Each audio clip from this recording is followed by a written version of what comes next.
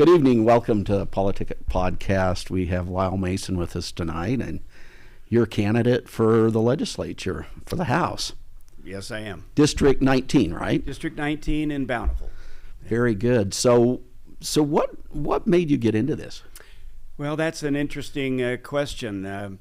I've always been interested in politics, but never had any aspirations to ever be a politician or to run for office. I'm a little late in life to be making a decision like that.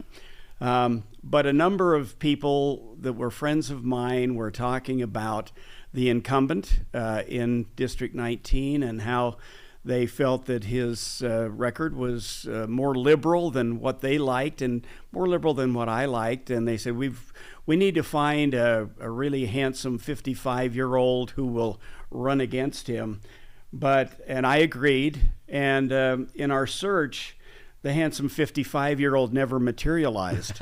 And so when it came right down to it, either I was going to sign up to run or we wouldn't have anybody. So I signed up, and knowing really nothing about politics, I've just been taking baby steps, trying to learn the ropes and do the things that I hope I need to do to win this race. It's been really interesting. But anyway, I kind of backed into it a little bit, but it has been an enjoyable experience. That's interesting. So at the Davis County Convention, you actually won out, right? Yes, I did. And your opponent gathered signatures, so he's still on the ballot. Yes, yeah. But you got over 60%, I guess. Over 60%. Yes. Yeah. That's something. How did you find that? Talking to delegates and things. How did you beat an incumbent at the convention? Well, one of the things that I think I am blessed with is kind of the gift of gab. You know, as a physician, you're talking to people all day, every day. Yeah. You have to learn to deal with people, and I do that, I think, reasonably well. But when it came right down to it at the convention, I had no idea what it took, to impress the convention. And basically, when I spoke at the convention, I just told them, for me, it's this or nothing. I didn't get signatures. I'm not going to get signatures. I don't think that's a good way to vet candidates. So you either vote me in or you vote me out right here. And I was as surprised as anyone, I guess, that I did garner over 60%. But it was very satisfying, and it helped me to know that those people who were politically connected, politically passionate, agreed with many of my stands on the issues, and that was reassuring to me that I did have a chance to maybe go on and win this thing. Oh, that's really cool. A lot of people tell me I'm a big fan of the convention system. I think that people who go to their neighborhood caucus and have their neighbors vote them in are serious about vetting candidates, and I think they do a good job. Some people say to me, well, it's the same people all the time, but we did a survey at the state convention this year, and more than half the people there were there for the first time. Yeah. So I really strongly believe that the system is good, but it is, I believe, faltering to a certain extent. I have personally been to caucus meetings where there were too few people, 15, 20, 25 people at a caucus, where there ought to have been 100 or 150. So my approach to it is we don't junk the system, we reactivate the system. And we try to get people active in the caucus and to attend the convention and make it more vibrant, make it a better opportunity for vetting of the candidates and for people to get kind of passionate again about politics and about the issues that are at hand. Well, one of the things I noticed at the state convention anyway, and I went to the county one too, is that, I think what brought a lot of the new people to the caucus is they were really interested in what's going on in our schools. Yeah, and that was a big part of how I kind of got into this. For a while there, I was bothering the people at Davis County School Boards because I was out there, speaking against the mandatory masking of kids, where there really is no scientific evidence to show that it stopped the spread of the disease.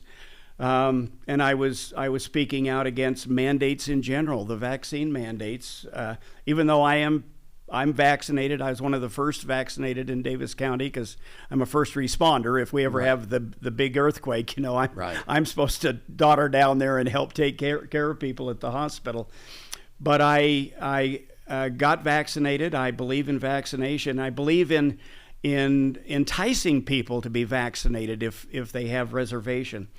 But I do not believe in forcing them to be vaccinated, especially at the risk of losing their jobs, their businesses, their retirement. How many people did do just that, lost their job? How many doctors, nurses, pilots, policemen, firemen, et cetera, lost their jobs, lost their retirement, their savings, because they elected not to undergo basically a medical procedure, the vaccination, using an experimental type vaccine. People, I think, have a right to be a little bit reticent, and should they choose to run the risk and not undergo that procedure, I think they have that right. We are in charge of our own bodies. Yeah. And if we're not, then I wonder what we are in charge of. Yeah. Yeah, I think that's a good point. And I think that's an issue that brought a lot of people out to the caucus meetings this year, too. I know your daughter-in-law is involved with the Utah Parents United. Yes. And, I know one of their big things starting was the masking of kids in schools. And, yes. And I tell you, what a fabulous organization. They really... They've grown that organization into a really vibrant force, the voice basically of parents in school issues, and I think that's really good. I think parents need to be involved in these issues, and they have become more involved. So what's your take on the school issues then? What do you see that probably needs to be corrected? Well, aside from the pandemic issues, I've spoken out against CRT. To me, CRT basically preaches something that will evolve into hate between ethnic groups or racial groups in our society. I just can't see any reason why we would teach young white kids that they are by birth oppressors, right, and that we would teach brown and black kids that by birth they are oppressed, that they have no chance of success because of racial bias, which is ingrained into our society so deeply that it cannot be expelled. To me, that is crazy. At my age, I've lived through an evolution in racial, the handling of racial issues. I lived in the South. I was attending Tulane University in 1968. The first 2 black students to ever attend Tulane University Medical School were in my class, even though the school's been there since the 1700s. And I saw the ravages of racism, something I had never seen growing up in southern Idaho. But I have seen tremendous changes for good. People living together harmoniously of different ethnicities and races. And there is no reason, in my opinion, that is not possible. And to open up an old wound and try to divide people by the extent of melanin in their skin, just to me makes no sense whatever. Yeah, it's interesting that communism really kind of hit a brick wall, right before Kennedy. And so where'd these people go? Well, they actually ventured into identity politics. And, exactly. And I think, personally, I don't like that either. I was executive producer on a documentary on critical race theory called Identity Marxism, and that's something I've really studied a lot about. Yeah, the fact that BLM, self-identifies as a Marxist organization dedicated to eliminating the traditional family and changing our form of government from a capitalist system to a socialist or communist system. That's their avowed goal. The CRT programs, which are being presented to the teachers of the states to be taught, are prepared by BLM. That's where this all comes from. To me, for us to accept that premise that we need to change our entire form of government from a capitalist to a communist system because of racism, which over the last 50 years has gotten progressively better, not worse, then that just doesn't make any sense whatever to me. Yeah. So what are some of the other issues you're interested Well, in? You're a medical doctor. Yeah, I'm Orthopedic? orthopedic surgery. Yes, And you were actually the team doctor for the Jazz for 36 years. Yes, Interesting. Yeah. Very interesting time. A great time period of my life. Some other things that bother me, I guess, is as you get older, and this has probably always been the case. As we get older, we tend to think that the world is crazier because it's so different from what we're used to or have experienced throughout our lives. Now we are taught that men can get pregnant, that girls can become boys and boys can become girls just through the wonders of modern medicine. That there's a tremendous push towards sexualization of school curricula, trying to begin at a very early age to teach things that are just not age appropriate. You see what's happened in Florida, where they passed that law to restrict some of the things that can be taught from kindergarten to the third grade. I think most people would look at that and say, that's what they're teaching is not age appropriate, and I agree that ought not to be taught at that age.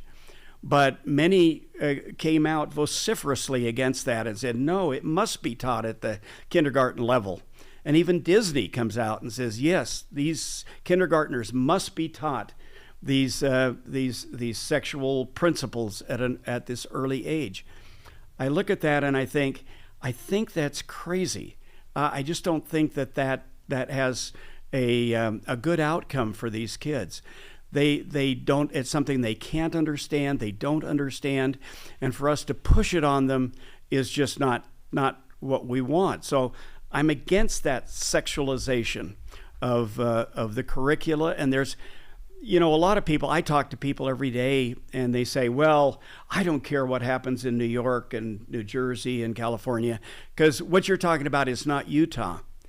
They do not understand that these issues are coming at us in waves. We may fight back a wave. We may fight back an onslaught. That doesn't mean the war is over. It keeps coming, and it will keep coming. And I think parents have got to know what's going on, and they've got to stand up and voice their opinion and say, I'm against that, or I'm for that, and this is why, and I'll fight for it. If they don't do that, if the status quo is just allowed to flow, I think we're going to have some real problems. Yeah, it's interesting. It's almost, well, it really is to the time we're calling good evil and evil good.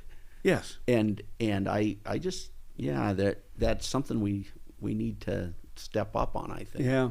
There's craziness out there.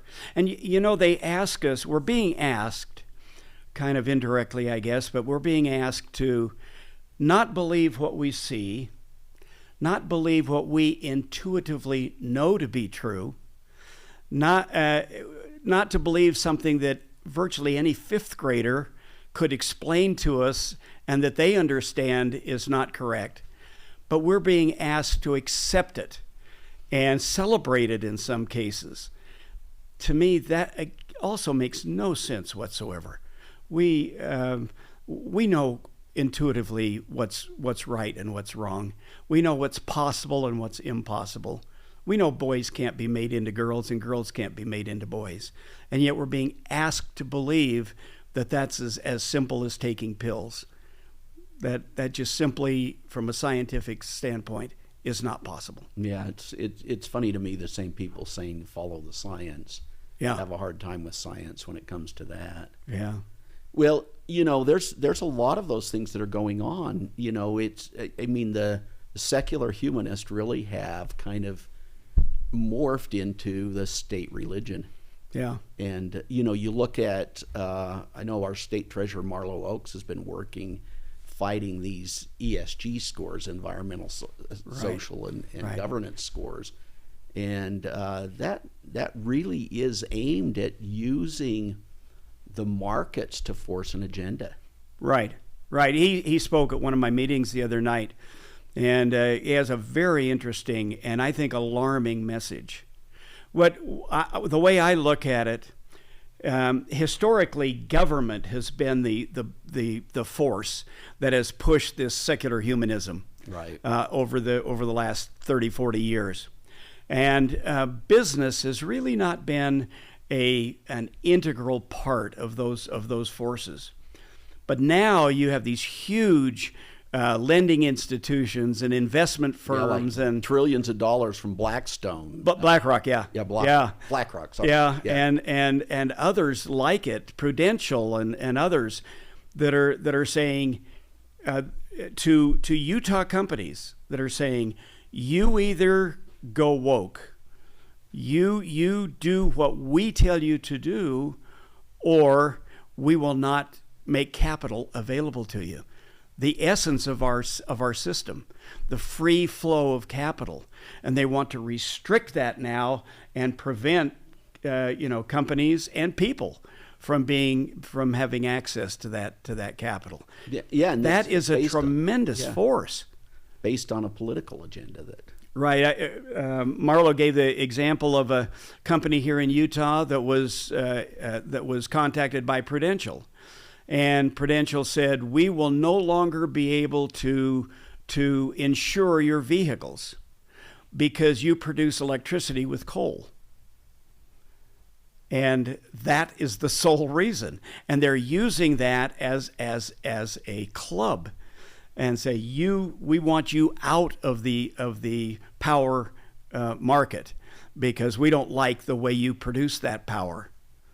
And then the flip side of that is, then what do we do if we get rid of all that? We have no place to go. Yeah. They act as if there's an alternative, but there is no alternative. You can look at the markets right now and look at the fact that funding of fossil fuel companies, capital available to them is way down. Way down.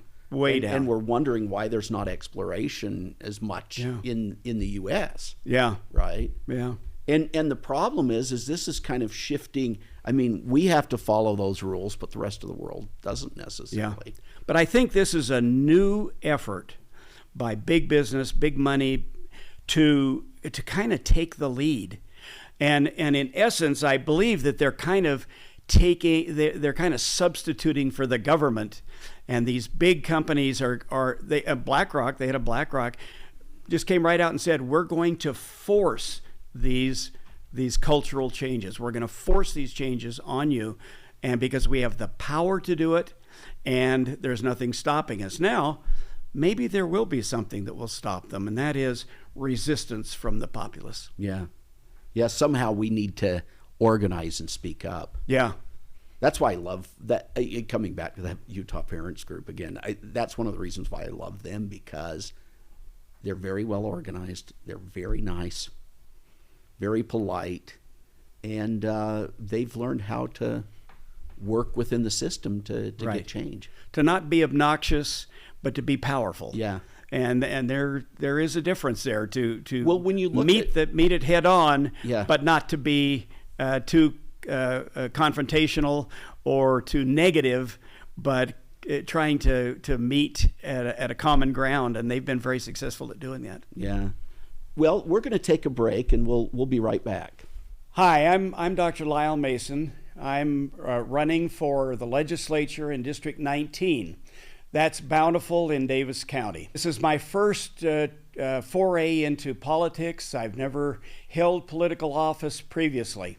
However, I've decided to enter this campaign to be the conservative Republican option for the people of Bountiful and Davis County. I am a traditional Republican, a Reagan Republican. I believe the tenets of the Republican platform for the state of Utah, and I support them. I believe that the people of Bountiful and the people of Davis County should have an option on the conservative side for the legislature in District 19, and I present myself as that option. Thank you, and I appreciate your support. Well, welcome back to Politic Podcast. We're talking to Lyle Mason and District 19 House race. Very good. So, that pitch that you had about, the party platform and other things. Let's talk about that a second. Okay. When I decided to run, one of the first things that I did, and I must admit regretfully that I hadn't recently reviewed the platform of the state Republican Party. And I wanted to just look at it and see if I find myself in agreement with all the tenets of that platform. And as I reviewed them step by step, I found that I was in fact in agreement with all of them. I could find nothing there that I would look at and say, I really want to change that. I think that's old-fashioned. I just can no longer agree with that. I found myself in agreement with that document. And when I did that, it gave me some reassurance that I may not be divisive as I've been accused of being, or that I'm radical, which I've been accused of being. I don't believe I'm either. I believe I'm a mainstream conservative Republican. I picture myself as a Reagan Republican. He was one of my heroes. And that's where I try to position myself. I'm not for any revolutionary type changes, but I believe firmly in the tenets of the platform of the state Republican Party. It's interesting because that platform actually was really codified during the Reagan time, and it hasn't changed much since then. No, and the question is, should it? I don't think that it should. I think that the things that are iterated in that platform are basically fundamental constitutional precepts. And I picture myself as a constitutionalist. I tell people if I'm in the legislature, every issue, every bill, everything that I'm asked to review, I'm going to look at it through the lens of, is it constitutional? Is it necessary? Can we afford it? If it meets those three steps, then I think at least it's passed the smell test, and I would look at it. If it doesn't pass the test of constitutionality, if it's beyond the purview of the state legislature to be considering that issue or that action, then I would want to put a stop to it right there and make every effort I can to stop its progress. You made a good point there where you said, I'm a mainstream, Reagan Republican. I mean, it's interesting to me how I feel the same, and I feel like I'm here, and the Overton window is shifted so far to the left that people say that I'm some kind of radical too. Right, and I look at it that way too. I say, yeah, I may appear controversial, radical, divisive, but I haven't changed position. I'm still where I was, 40, 50 years ago. I still believe the same things. The problem is, as you state, our culture and our political culture has shifted so dramatically to the left that it has left many of us behind. But I'm hopeful that there are enough people in Davis County and Bountiful who feel as I do that they can agree with me and support me. Yeah, and you hope that they'll actually judge you against that way of thinking, and then maybe look at your opponent a little bit and say, where does he sit? Exactly. I'm not afraid of comparisons. I believe that at the time of the election, the better the people understand the issues. And some experts have told me that very few people will understand the issues at the time that their ballot is cast. But if we can get to that point, then win or lose, I think it's a good situation.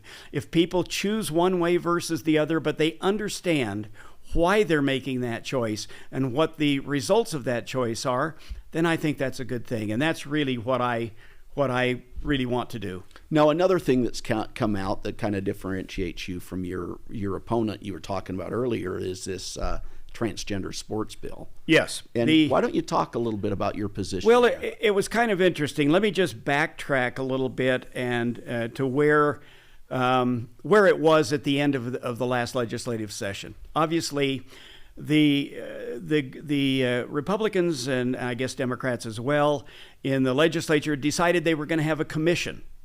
And that commission was going to examine, inspect, test a transgender athlete, and determine whether or not they could be allowed to compete against biological females. To me, that is such a violation of privacy.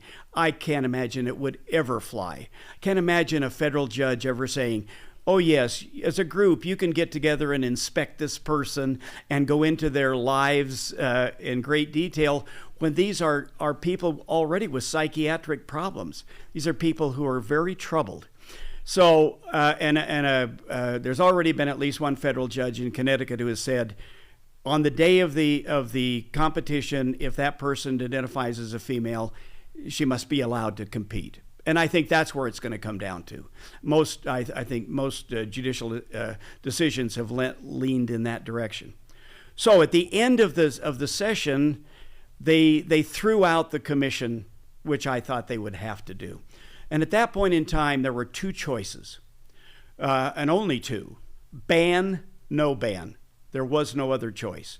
You either voted to ban the transgender athletes from competing against biological females, or you voted to allow them. My opponent at that point elected to vote to allow. He voted against the ban.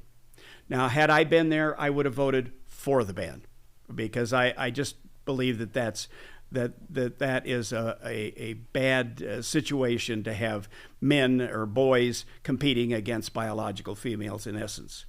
What do you think about this movement to look at kids younger and younger and put them on hormone blockers and other things? It's crazy. If you saw it last week, I believe, the American Academy of Pediatrics, which is a left-leaning organization, brought out their guidelines for transitioning 9 to 12-year-olds. So they're backtracking, getting younger and younger. And there are a number of people who want to do preschoolers and start them on hormone therapy. Well, we certainly see a lot of books in the libraries that basically normalize this idea. Yes. That just to quickly run through what happens. They start them on cross-sex hormones, and they put them on puberty blockers. That combination, according to the National Institutes of Health, is very likely to produce sterility for life. Okay, the University of Utah Clinic does not agree with that. They say it's 100% reversible, but independent groups, including the National Institutes of Health, say that is not the case. And they say before you ever start transitioning, you need to either freeze eggs or freeze sperm if they have any hope of ever being a parent. But once they get to that point where they've gotten into the transitioning process with the medications, then the next step for girls is the top surgery, where they have mastectomy. And typically that's about age 13 or 14, whenever their breasts start to develop. And so they have bilateral breast removal. Then, continuing on, they reach a point where they have to decide on bottom surgery.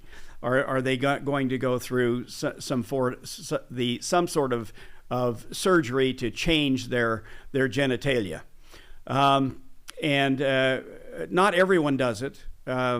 I believe something like 60% of the males do, and now a slightly higher percentage of the females elect. But that includes the mastectomy, Right. so it may be misleading.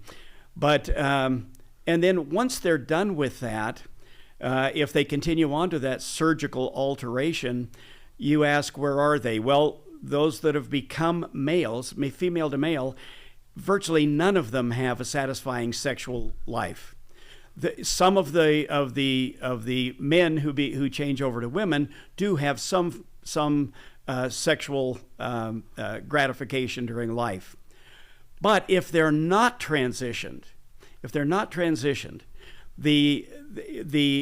the past, the men became gay men and functioned well in that role. And girls that wanted to become men were almost non-existent 15 or 20 years ago. But now, with social media pushing this issue, we see more and more teenage girls who are uncomfortable with their bodies and are being told that you must change your body to be satisfied, and so are pushed in that direction. You know, an issue that I've started to look at is a few years ago, we had bills going through the legislature for,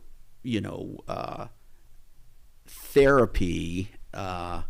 They wanted to ban therapy to convince males that they, weren't gay, right? Yeah. This conversion therapy that they went through. And a lot of the awful stuff that happened in the past was already done away with. But that bill ended up not passing, but we got a rule that was pushed by the governor at the time into DOPL that basically says that psychologists can only affirm.